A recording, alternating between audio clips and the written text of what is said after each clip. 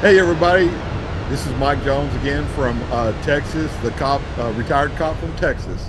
G'day, Mike. I'm Pete, the retired cop from New South Wales, Australia. G'day, Mike. How you going? I'm doing great, Peter. Good to see you again. Likewise, I've been looking forward to it. Yeah, I So am too. you're in the beginning of your Texan winter, so that must be interesting. And Yeah, it went from so Texas today was cold, but tomorrow it could literally be, a scorcher, you know. And then the next day we could have an ice storm. So you never know with Texas, but it's cold today. yeah. And where you live is how far from Houston?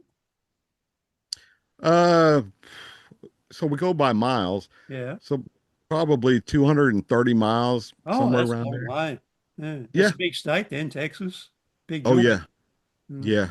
Yeah. You could drive all day long and not get to it's kind of like uh New South Australia, Wales. New Yeah, South New South Wales. Yeah. Wales is, I think Texas is bigger than New South Wales, but yeah, New South Wales is a big state.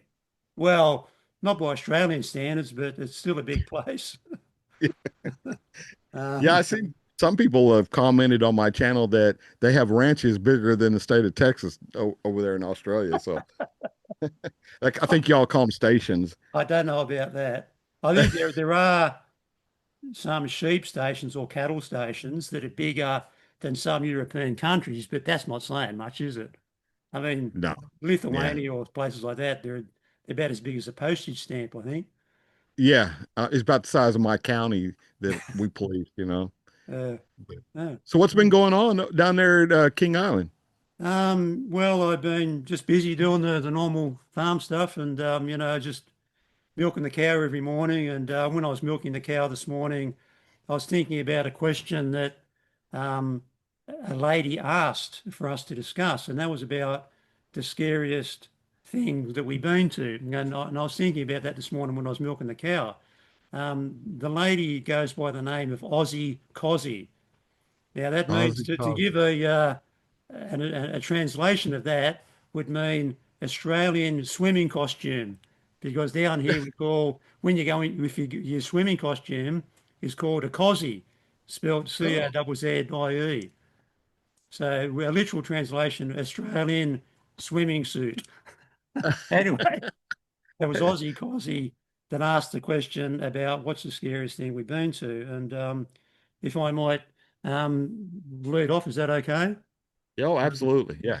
Um, the one that I mean, there's lots of them, of course, but this one come up into my mind, and it started off with a pursuit of a stolen car one Sunday morning about 7 a.m. And the pursuit ended in this happened in Dubbo, and it ended in a really bad part of town. This really bad part of town was so bad that in a whole year, I went through my notebook. In a whole year, there's only twice I didn't go there in a shift. And it constitutes geographically 1/13 of the whole city. So the city's got 40,000 people, and so it's geographically it's a small area, but man, oh man, twice in a whole year I didn't go there. So anyway, that's where the pursuit ended, and it ended because the stolen car crashed into a gutter and was disabled. And then the two crooks got out and they ran different directions. So my Hmm. partner and I, we got out. A significant part of this story is that we were working out of a sedan, which I don't know why, because most of the time we worked out of a cage truck, which of course means you've got somewhere to put the prisoners. We didn't Hmm. have that. So anyway, my partner and I got out and we went um, chasing these crooks, and they're over back fences and blah blah. And anyway, my partner entered a house and he caught the two people went into the same house, I believe. One of them was up in the roof cavity, hiding in the roof cavity. The other one that he sort of apprehended, I think, but then he got away or no, decamped anyway, and he ran out of the house and down and I caught him as he was running through the driveway of his house. So anyway, so I got hold of him and then I took him out to the front to continue the arrest. And then when we got out the front, so he headbutted me right in the face, and that didn't tickle, of course. So I then punched him in the face, and it was not a punch designed to tickle, and to put him on the ground. It was a And pissed then, off punch. yeah, that's right. So I'm holding him on the ground. He's in a crouched position. I'm holding him on the ground, and he's, of course, violently struggling to get up. I think by then I'd called for urgent assistance. Um, then his relatives, two female adult relatives, are just pounding me from behind using this part of their hand, just raining down blows on on the base of my skull, about probably 30 to 40 times. It gets worse. I then look up to look to my side because there's a man approaching me. Now, another part of the story is that every couple of times a year, the councils will let you put rubbish out on your nature strip. I think you Hmm. might call it the curb, and they come along and Hmm. pick up all the rubbish and take it to the tip. Anyway, that was happening at the time. And so this fellow walks up and he picks up a length of steel about Mm. probably about that long with a clear intention of belting me over the head with it.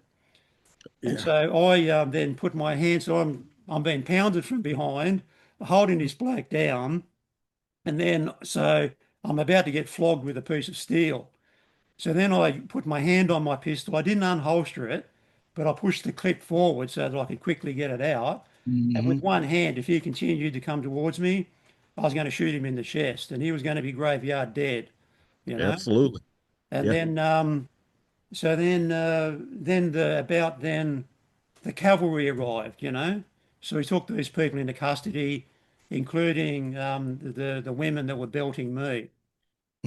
Now, so then he was charged with a whole range of offences.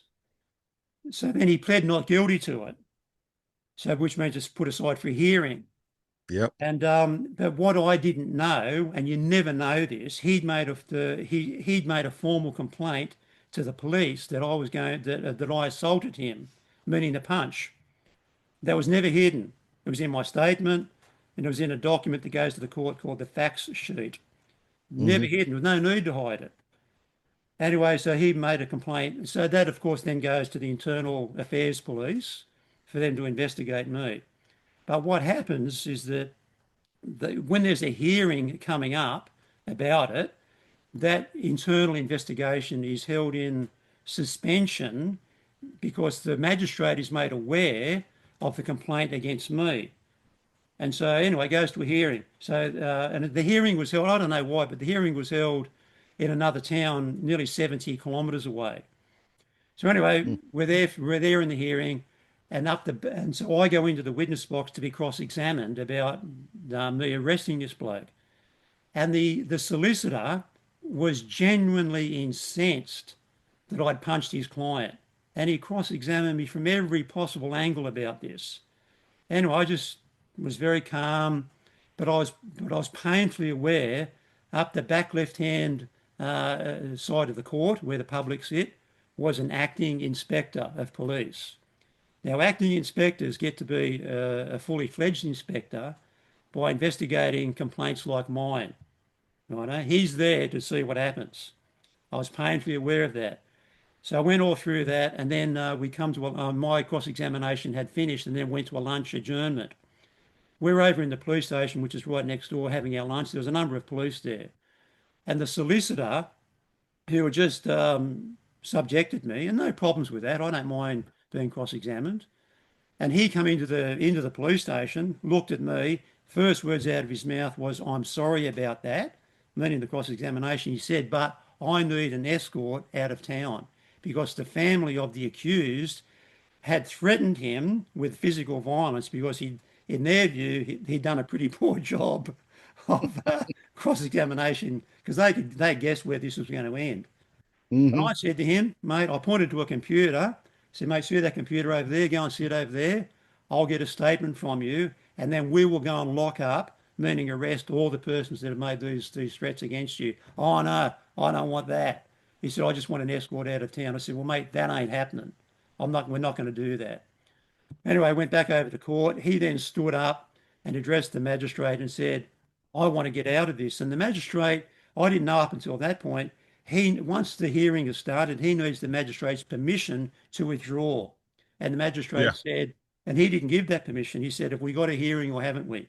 Anyway, more testimony given. At the end of the hearing, the magistrate then sums up all the evidence.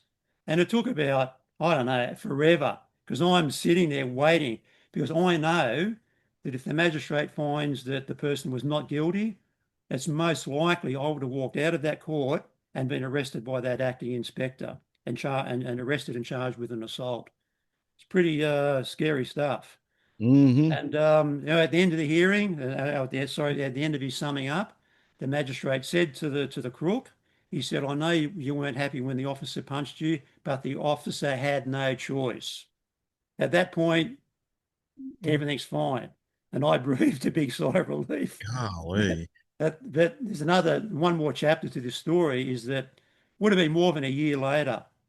I was in a hearing at Dubbo Local Court where this magistrate, that's where what they call his circuit. I think you guys use the same word. And I was giving evidence, and at the end of the hearing, I'd actually lost, which is pretty rare. We didn't lose, and I'd lost this matter.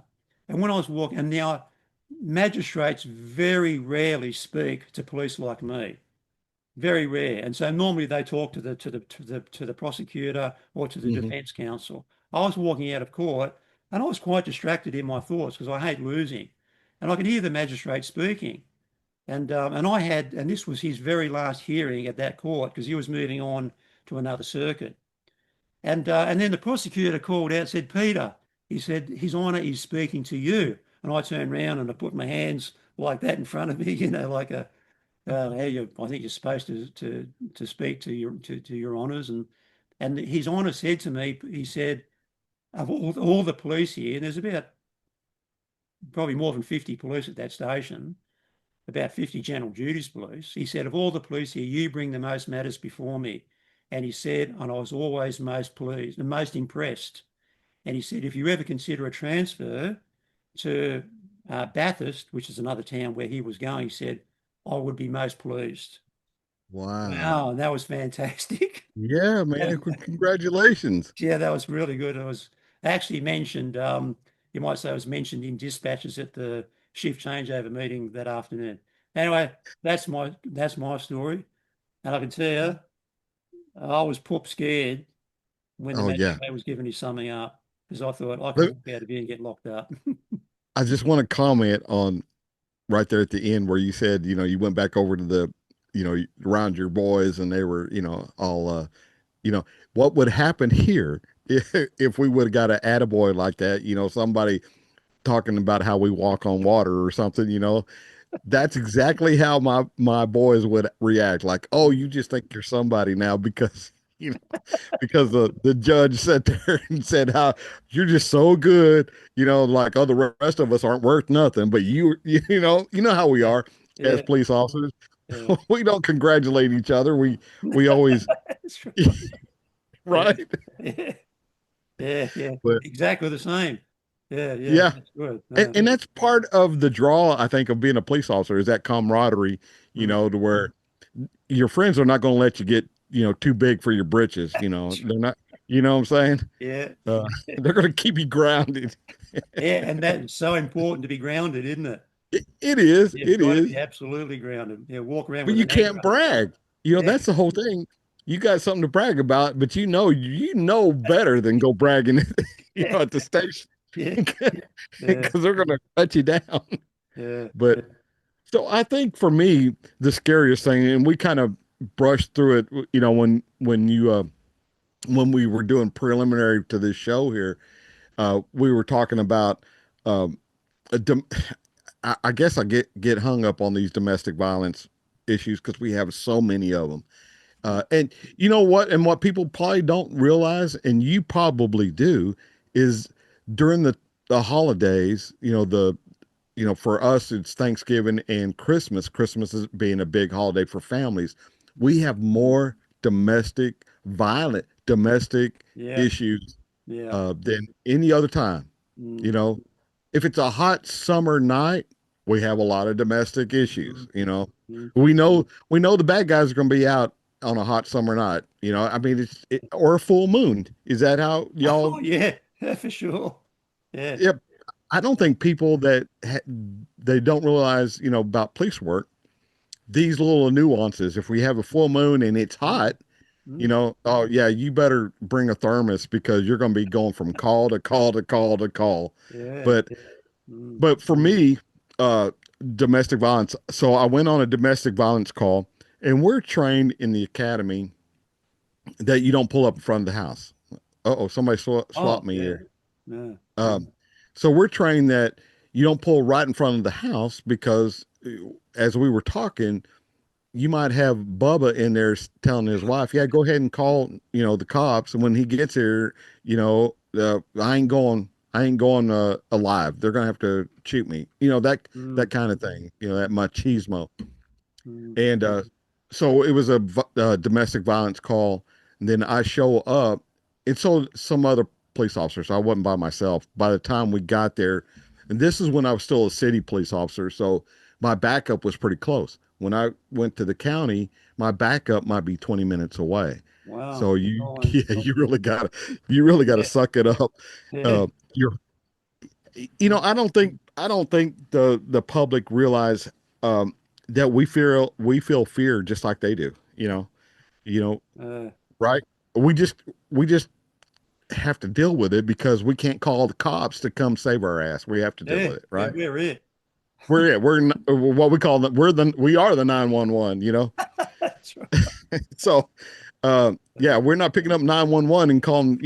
Anyway. That's right. So it was a domestic violence, and I parked a couple of houses away, and I could hear the Mm. fight and the argument, and this guy was just thralling, just beating the snot out of his Mm. significant other, and you could hear it. She's screaming bloody murder. Your mind is, in your mind, you're seeing everything that's possible that could happen to this woman is happening right now, Mm. and you don't know what's on the other side of that door, Mm. you know, Mhm. and but you gotta go. You Mm. gotta, because she Mm. needs you. Mm. Uh, this is where you earn your pay. This is Yeah. where you earn your paycheck. Um, Sure because do. it's okay to be a cop and tell everybody what a badass you are, and then now you got to go do badass stuff. Mm. Mhm. And it's hard to do, but you got to do it. You swore an oath. So anyway, make a long story short, or make a short story long, however this turns out to be. Um, this porch that led or lead the lead in for this house to this front door was a funnel. We call it a Oh, fatal mate, the funnel. fatal funnel. The fatal funnel. Yeah, we know that. Yeah. So we stacked up. We were going to go, and I was going to go up there and knock on the door. And when you go to a domestic like this, you don't just barely knock on the door. You pound on that door to try to establish some type of um, uh, pecking order. Hey, the Yeah. cops are here, and Yeah. we're going to take care of business, Mm. right? Mm. And so anyway, I busted on this door, and I heard gunfire. And it's Wow. nighttime, and it's dark. There's no porch light. I mean, it's dark, Mm. and my brain is telling me that gunfire is coming through the door because it was that close. You could hear it. Mm. I don't know if you ever heard a bullet go past you, but No. it's breaking the sound barrier, so you get a Oh, yeah. crack. Yeah. And Yeah.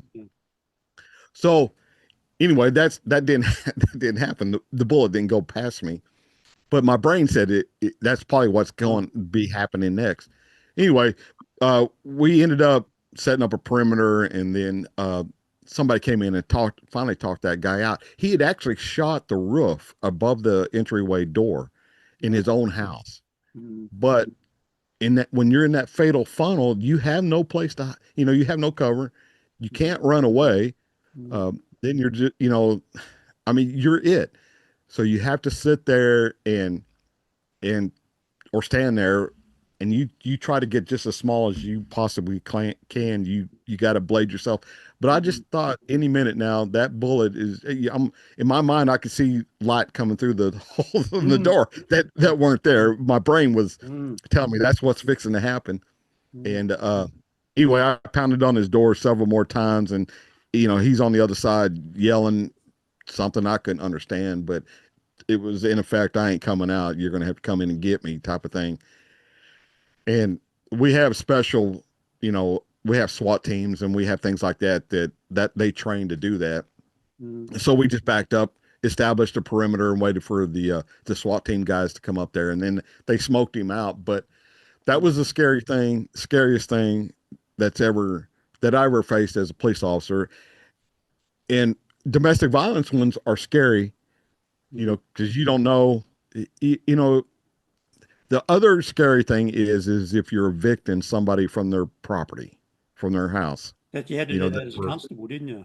yeah, had to do it as a constable. Mm, As a constable, we do criminal and we do civil. mm, Uh, Evictions are civil, mm, but it's the worst day of their life. To me, it's just another day. It's just another day at work. That's what I do.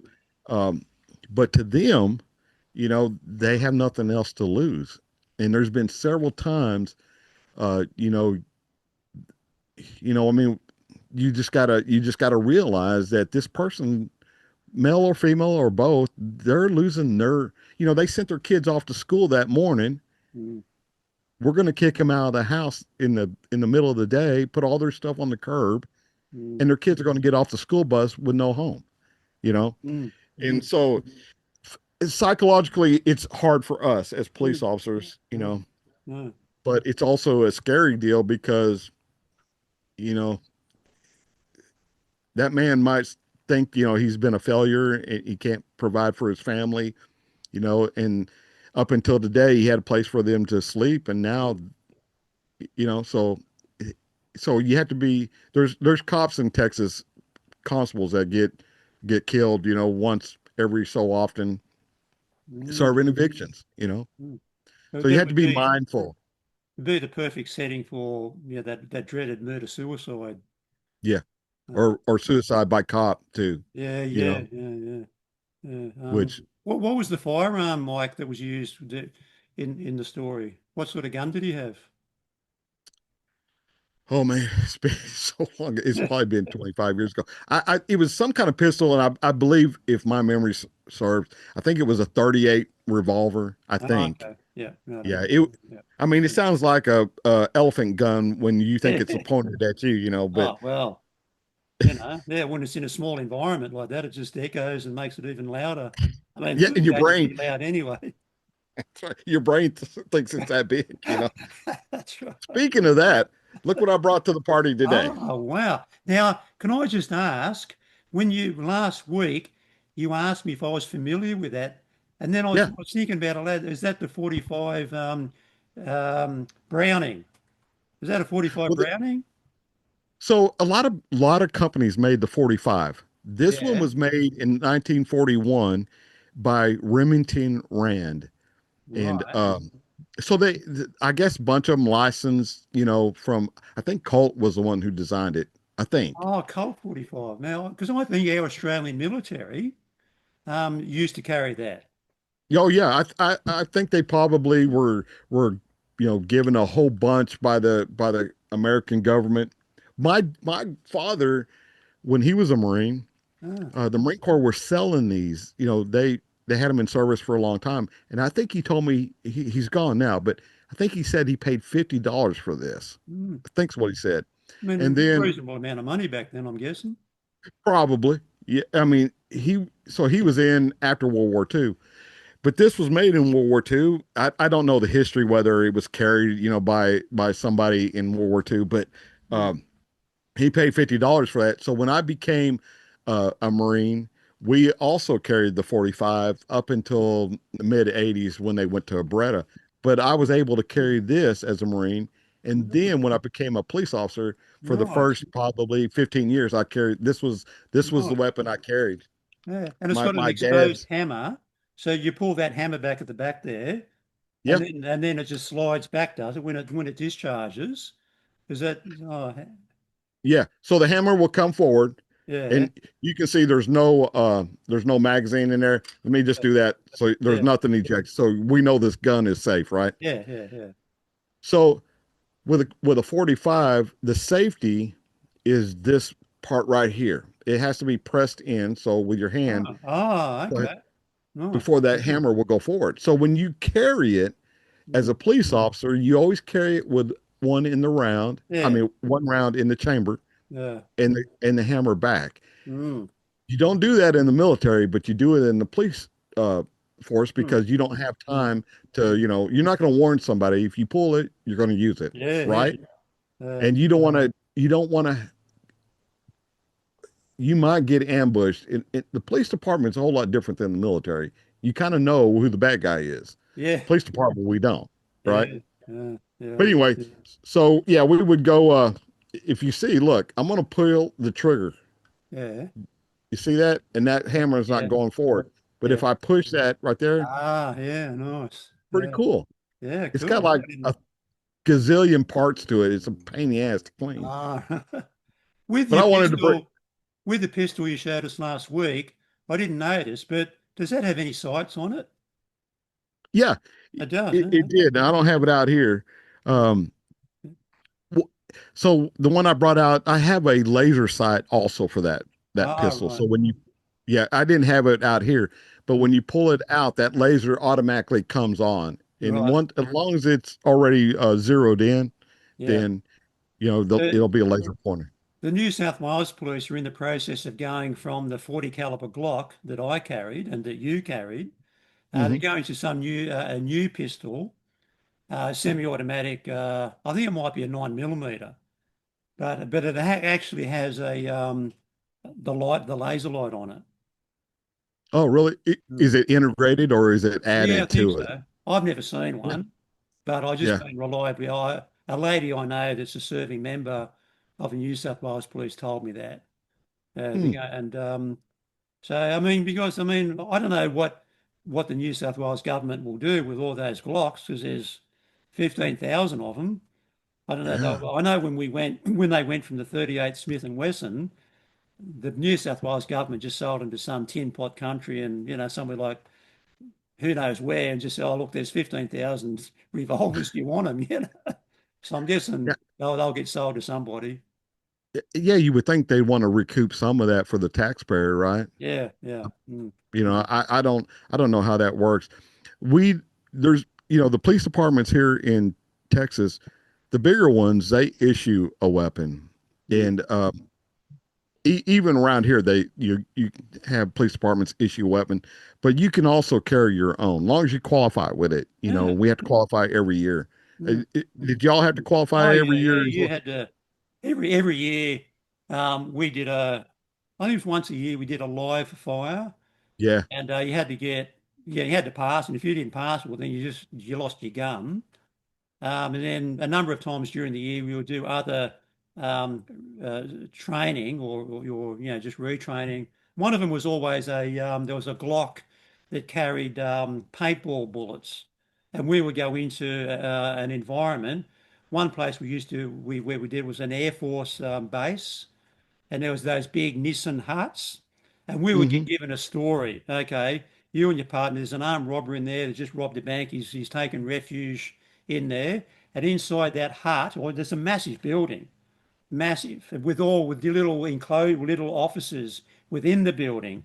And you'd be told inside that building there's innocent members of the public, and then there's the crook, and we would be giving, we would have to, and inside the building there was weapons instructors playing roles.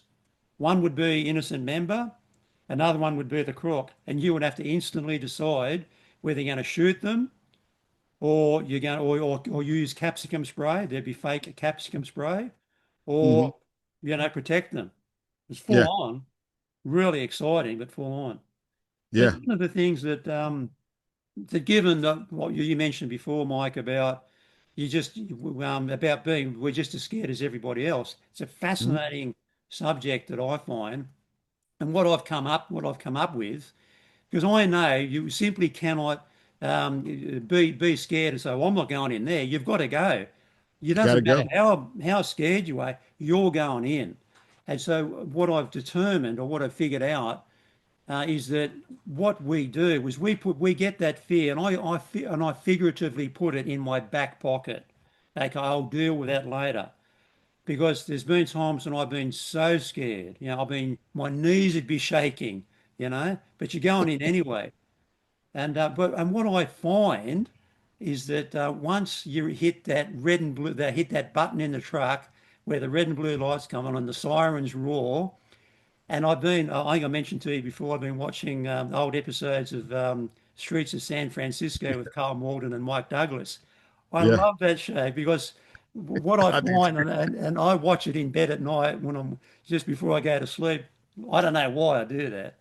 But when Carl Malden, because he was almost always the passenger, and he reaches out and he puts that red and blue, that or the was just a blue light, I think back then, I think it was magnetic. just a red light, wasn't it? Oh, red. Sorry, yeah, you're right, red. Yeah. And when he puts it on the roof, and he says to Mike Douglas, "Roll" or something like that, and I just instantly, I'm drawn back into that feeling, that pure excitement and Hmm. adrenaline just dumping into my system, and we're rolling, we're going to Yeah. some god awful thing, and I think that's what, yeah, maybe that's the way we're designed, is that adrenaline will just push us through.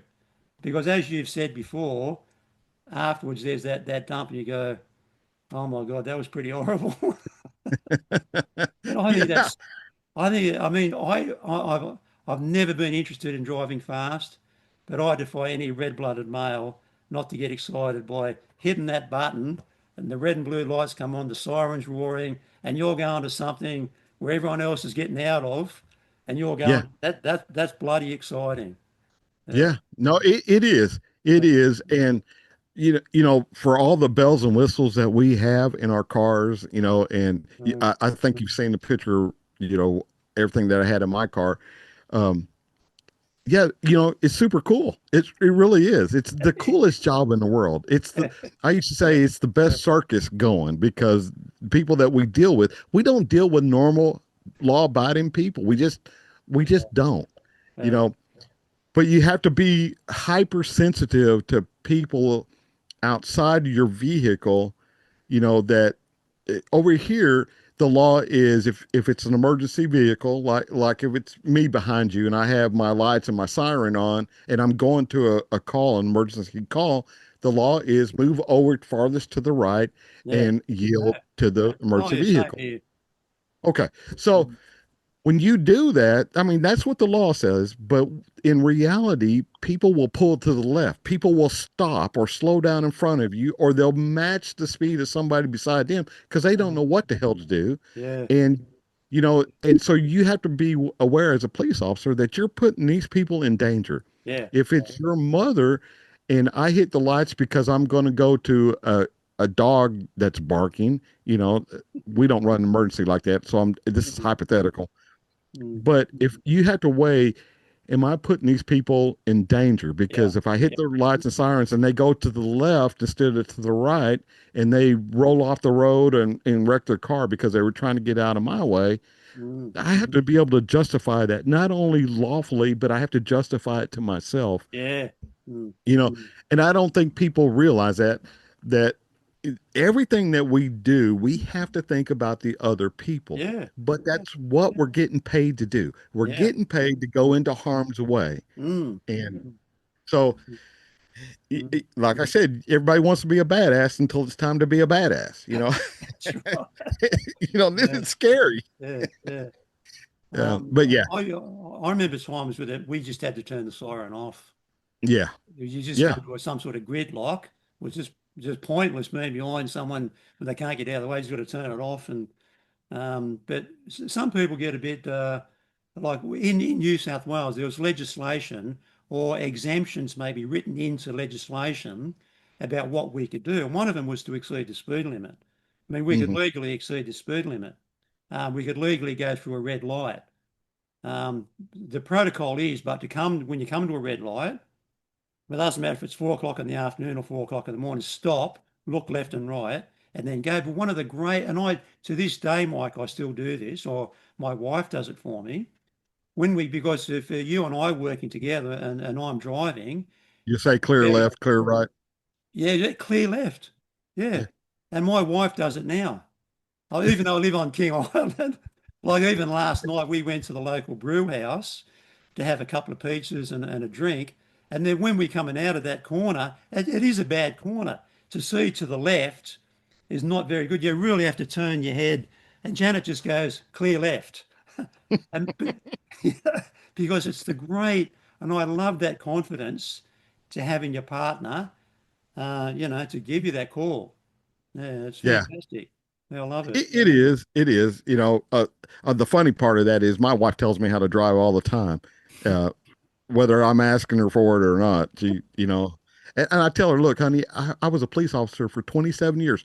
I only had one accident as a police officer. That's a sore subject for me. It was my fault. Yeah, But other than that, I've never even got a scratch, right? And her yeah. her thing is, well, there's always a first time. There's no way how can I argue with You that? can't And I'm argue like, with that. so I just sit over there frustrated. Yeah, And yeah. yeah, just Yeah. tell me where to go, honey. I mean, that's just, you know, It was a rolling joke in my family, especially with my kids. Um, I'm silver certified, which is like most police are in New South Wales. That means you can drive like a lunatic. You know how to drive like a lunatic. I used to hmm say, just with my tongue in my cheek, silver certified, like step aside. Can't say that right as you're anymore. walking. But, Yeah. uh, Yeah. People don't realize, I mean, because of the shows that are on TV, one, they think we know everything. oh, Like, oh yeah, they oh, already know, you mm, know, and we don't. It's usually somebody telling off on themselves, because they think we know, you yeah, know, you yeah. know what I'm saying? Or we lied to them like, oh, you're on video. I did it. I did it. Yeah. All right. Oh, Yeah. wow, yeah. I had a See, lady we're ring. allowed to lie. We're allowed to lie in the United States as police officers. We're allowed to lie to somebody. Yeah, Um, yeah, I've heard that. Tell me about that. well, I mean, so if you're interviewing somebody, Yeah, interrogating them for a crime, and you really don't know if they did it or not. yeah, You might use something just as simple as, well, there's video out there when there's not any video. yeah, You know, we can say, yeah, that gas station that you were at where this offense happened, there's video. Is that going to show you there? And mm, then mm, they start thinking, and then you start watching body language after that yeah, and mm. things, or we can tell them, look, your friend, we're talking to your friend in the other room over there, and you know what he's telling us, you know, Yeah, but do you want to get out in front of this before he rats you out? yeah, You know, yeah, and that friend's probably over there saying, not saying a word. I want to see a lawyer, so we can't even question him out there. But he doesn't know that, yeah, you know, yeah, yeah, yeah. and they'll end up. One time I was investigating a pretty serious offence was an aggravated break and enter, which carries 25 years. I mean, no way in the Hmm. world they were going to get 25 years, and they didn't. But I actually had one of the people that he left blood behind at the scene, and so I was able to track him down really, really easily from the local hospital, and then we then got him on board. He provided a statement to us, and then we did a deal with him through the Department of Public Prosecution that he would give evidence against the other three. And the deal was that if he ever recants that, so he then gets sentenced, the magistrate sentences him. If he then goes on to say, oh no, I don't know anything about those others, he can be resentenced. So he got him Okay. over the proverbial barrel. But the benefit was when I rang up the father, I rang up, tried to get in contact with the other suspects, and the father answered the phone, and he was very offhand with me. Oh, blah blah. He'll get to you when he can get to you. This is on in the evening. I said, mate, that's fine, but this uh, what he's going to be charged with carries 25 years, and Mm. there was no line in all of that. And very, very quickly that night, those people presented themselves at the police station to be interviewed and charged. Right. And it was all, and I told them, mate, we already know what happened. You might as well just come and fess Exactly. up. That's right. I Yeah, mean, but the movies don't show you that, or the TV shows, they don't show you everything it takes for us to yeah, to do an apprehension or to um get someone that's guilty of something. There's so much that goes to through that, because as police officers, we got to dot every I and cross every T. Yeah, You know what I'm oh yeah, saying? and it should be like that. I Yeah, agree. Yeah, yeah, because you're going to end up taking away somebody's yeah, freedom. yeah. I never You lost know? sight of that. I never Yeah, lost me sight of either. that. And one of my favorite, one of your countrymen, Bob Dylan, he wrote a fantastic song called Hurricane. Yeah, I like it. Oh, it's just a brilliant song. And I used to bear that in mind when I was dealing with crooks, is that I think one of the lines from Hurricane is in Patterson, that's just the way things go. If you're black, you might as well not show up on the street unless you want to draw the heat. Great Yeah, line. And I yeah, used to bear that in mind. Doesn't matter what my worldview might be. Everyone's an individual. Everyone's created in God's image, and they need to be treated with respect. That might mean I'm about to shoot you dead, but you're still going to get treated with respect. You know what I mean? It's that's right. can't lose sight No, of that as coppers. And so, every I needs to be dotted and every T crossed and everything's done right. I wouldn't want it yeah. any other way. Uh, So here in Texas, we have to do reports of racial profiling reports. mm, So if we do 100 traffic stops, if I did 100 traffic stops, I'd have to list every one of those on wow, this form. At wow. the end of the year, we have to provide the the race, everything that we about the person that we stopped. So Mm, you know to make sure that you're not overly reacting to one race or another. yeah, right. Right, it kind of keeps you honest because Yeah. as police officers, we do form uh, a sense of racism, whatever it is, because it might be the same demographic that we're dealing with on a continuous basis. We're Mm, only human. I mm. used to tell people it wasn't a 90-year-old lady that flew airplanes into a buildings. It was, Yeah, yeah. Middle Eastern looking people. So if Mm, you're on an airplane and a Middle Eastern person gets on there, you're going to be a little apprehensive. mm. Is that racism or is that hey, they fit this profile, which Yeah. it's illegal for us to Mm, do. I call it good police work, but it's illegal, so we can't do it. But the reason why I brought that up is because we all have a little racism in us. We can say all day long, I'm not racist. mm. Um, so I had this Oriental guy that I had arrested coming through town. I can't remember what he was arrested for, and it was no big deal. But his I think his father came in or his mother came into the police department and was going to bond him out or had to bring a driver's license. I can't remember exactly what it was, but she came into the lobby. They dispatch called me in and I came in. Just so happens my boss at the time was at the police station as well. So I'm in the lobby talking to the dad or the mother, whatever it was, and it was Oriental person, and they didn't speak good English. It was broken English, but I could understand what they were saying. It was no big deal. And they said that whatever it was that I needed was out in the car. I said, "Well, go get it." But I Mm. said, instead of hurry, I said, "Chop, chop." I know, I know. I still get tickled about it. It's totally wrong, right? My sergeant had the door open from the dispatch to the lobby, and he was just observing, what was going on. He and I were good friends, and that person ran out to the car. And while they were out in the parking lot, he said, "Mike," he said, "You know what you just told that person?" I'm like, "What?" He said, "You said chop chop." I said, "No, I didn't." you know, then it made me feel bad because he said, Uh, "No, you said chop chop," and I'm like, "Oh my god, I just disrespected this person. What must they feel?" I mean, it, uh, there had to be some kind of racism in me for me to do that unconsciously. So mm, I apologized when they came back in, but I don't know if that was enough. They didn't act they didn't act offended, but that's got to be offensive. But mm. so that's people need to know that everybody has some part of them is racist. It wasn't mean spirited, but it's still racist. I guess Saying chop chop. the test would be would you say to someone that looked like you? Chop chop. That's what I would think No, is fair. I probably wouldn't have. I Okay. probably wouldn't.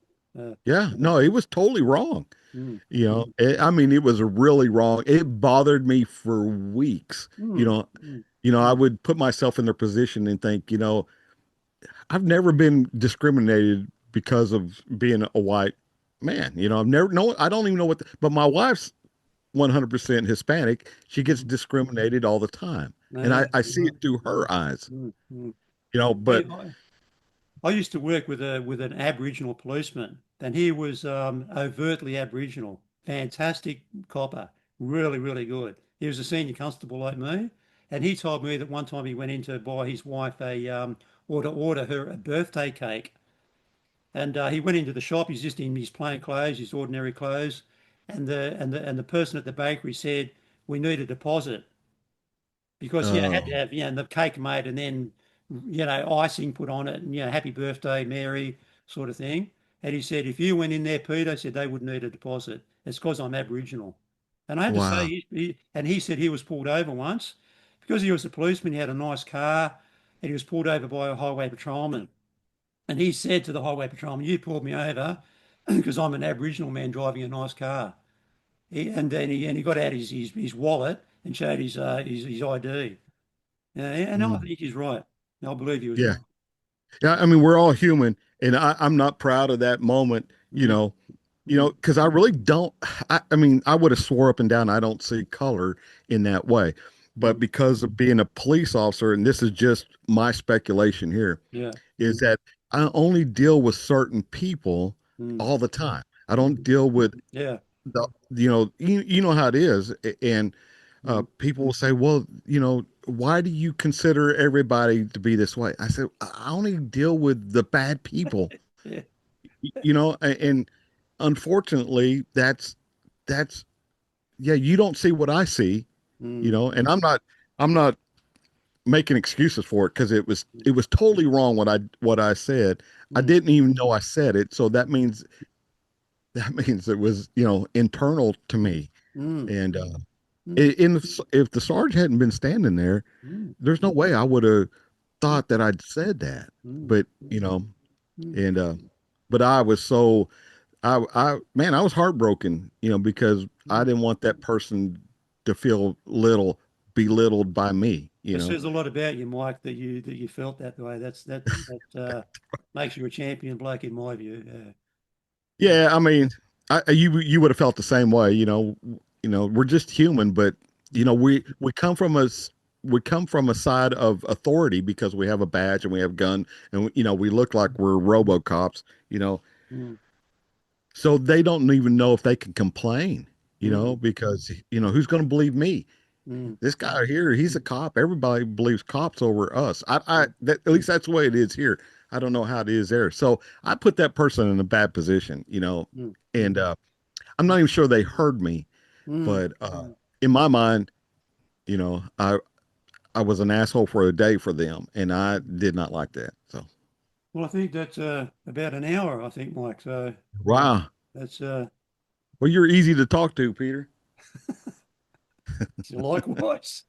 I love it.